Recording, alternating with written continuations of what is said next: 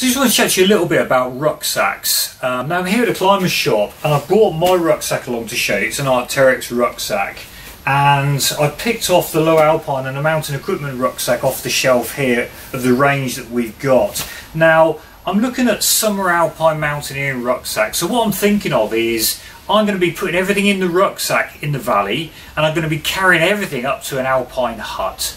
And then in the morning, I'm going to be out of the hut early, I'm going to have all my clothing on, I'm going to be wearing my harness, my crampons, and they're going to go climbing and mountaineering. But I do need a rucksack that's going to accommodate everything as I do that walk into that hut. So traditionally I've always thought it's around sort of 40 to 45 litres. Now this Arc'teryx one I've got is a 45. But you can see here that all these three rucksacks are about the same kind of size. And I picked them out thinking that they'd be absolutely fine for an overnight in an alpine hut. But actually we've got a mountain equipment one there is 35, and we've got this low alpine one here that's 40 to 45. So I wouldn't use the literage necessarily as a guide. I would go into a shop and visually just look at these rucksacks and just with your own mind think, will all my equipment fit in those? Because you know, every manufacturer and every brand has a different way of measuring that sort of literage, and you can see here that all these three bags would be absolutely fine for an overnight in an alpine hut to then go alpine mountaineering the next day. There's a number of other features here that I'm going to talk to you about, but first and foremost, think about the size of your rucksack and will it be fine for the usage that you're thinking of using it for.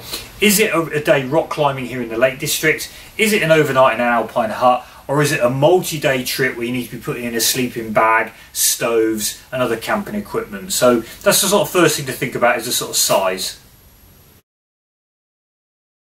Next up, apart from the size of the rucksack, I'm looking for a back system on the rucksack that's sort of really simple. I'm not looking for a back system that you can adjust in any way, because that adds weight and it's extra weight that I don't need. And I don't need that extra complexity. You know, I'm just going to get a rucksack with a back system that fits my back, whether it be a small to medium or it'd be a medium to large, but it's nice and lightweight and reasonably simple, and it also fits and hugs my back a lot better, and it's less likely to move around while I am climbing and mountaineering. So each of these rucksacks have really sort of simple sort of back systems that, you know, you don't adjust in terms of length, they're just that fixed length, but you can buy them in different sizes. But you know, you've got the sort of size of the rucksack, and then also this sort of really sort of simple back system that you're looking for really for sort of summer alpine mountaineering. And then next up, I'm looking for a rucksack with reasonably clean lines. You can see from the Arc'teryx one, you know, there's no pockets on the side that again are going to add extra weight. There's nothing on the back here either. So when I am climbing a mountaineering, it's not going to catch on rocks or when I flick the rope around. You can see on these other rucksacks here, like the mountain equipment one, you've got some sort of side compression straps. Again, they can be a great idea as well, because you know, once you've taken all your equipment out of the rucksack, you're wearing all those layers, you've got your harness and crampons on, you can really cinch up these side straps, compress that rucksack down, so it's a lot more compact, it's a lot more comfortable to wear, and it's less likely to sort of move around while you're walking or climbing. So, you know, a really sort of simple back system, you know, clean lines on the sides without pockets. You've got some side compression straps. It really keeps the weight of that rucksack down, which is really important because it's going to be one of the heavier items that you're kind of carrying. It makes it really comfortable to wear. It's close fitting, it's great for climbing and mountaineering, and the size, you know, of all these rucksacks is absolutely fine for an overnight in an alpine hut.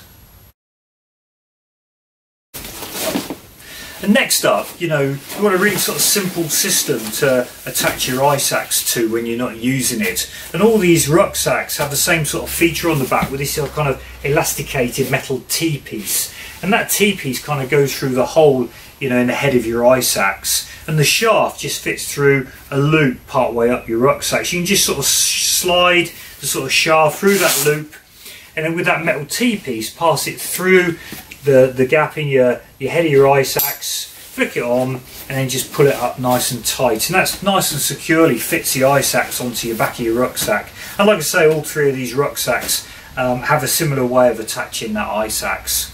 So we've got the size of the rucksack that's appropriate for the overnight in the hut, or the day cragging, or the multi-day tour that you're doing. You've got some nice clean lines on there as well, so it doesn't get in the way when you're climbing and mountaineering. You've got some side straps which really helps compress it down, so it's less likely to move around when you're climbing and mountaineering. They've got really sort of simple back systems that are lightweight. You don't adjust them, but you don't need to for this sort of capacity of rucksack. And also made out of really sort of quite robust materials, which is great for sort of climbing and mountaineering.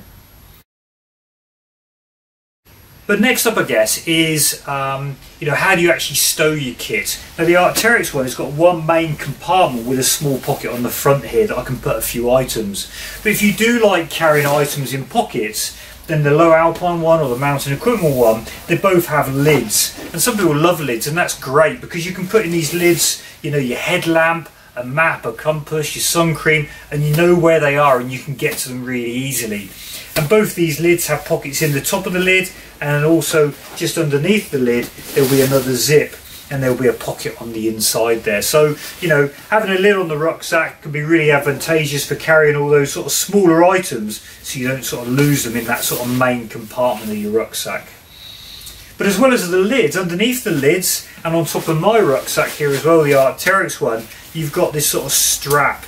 And this strap really helps for, you know, putting over the top of a rope. If you lay a rope across the top here and put this strap over the top, it can secure the rope to your rucksack, or maybe a jacket. Or it's great for just sort of cinching up your rucksack so everything's nice and tight and secure in it. And again, both these three rucksacks have that feature.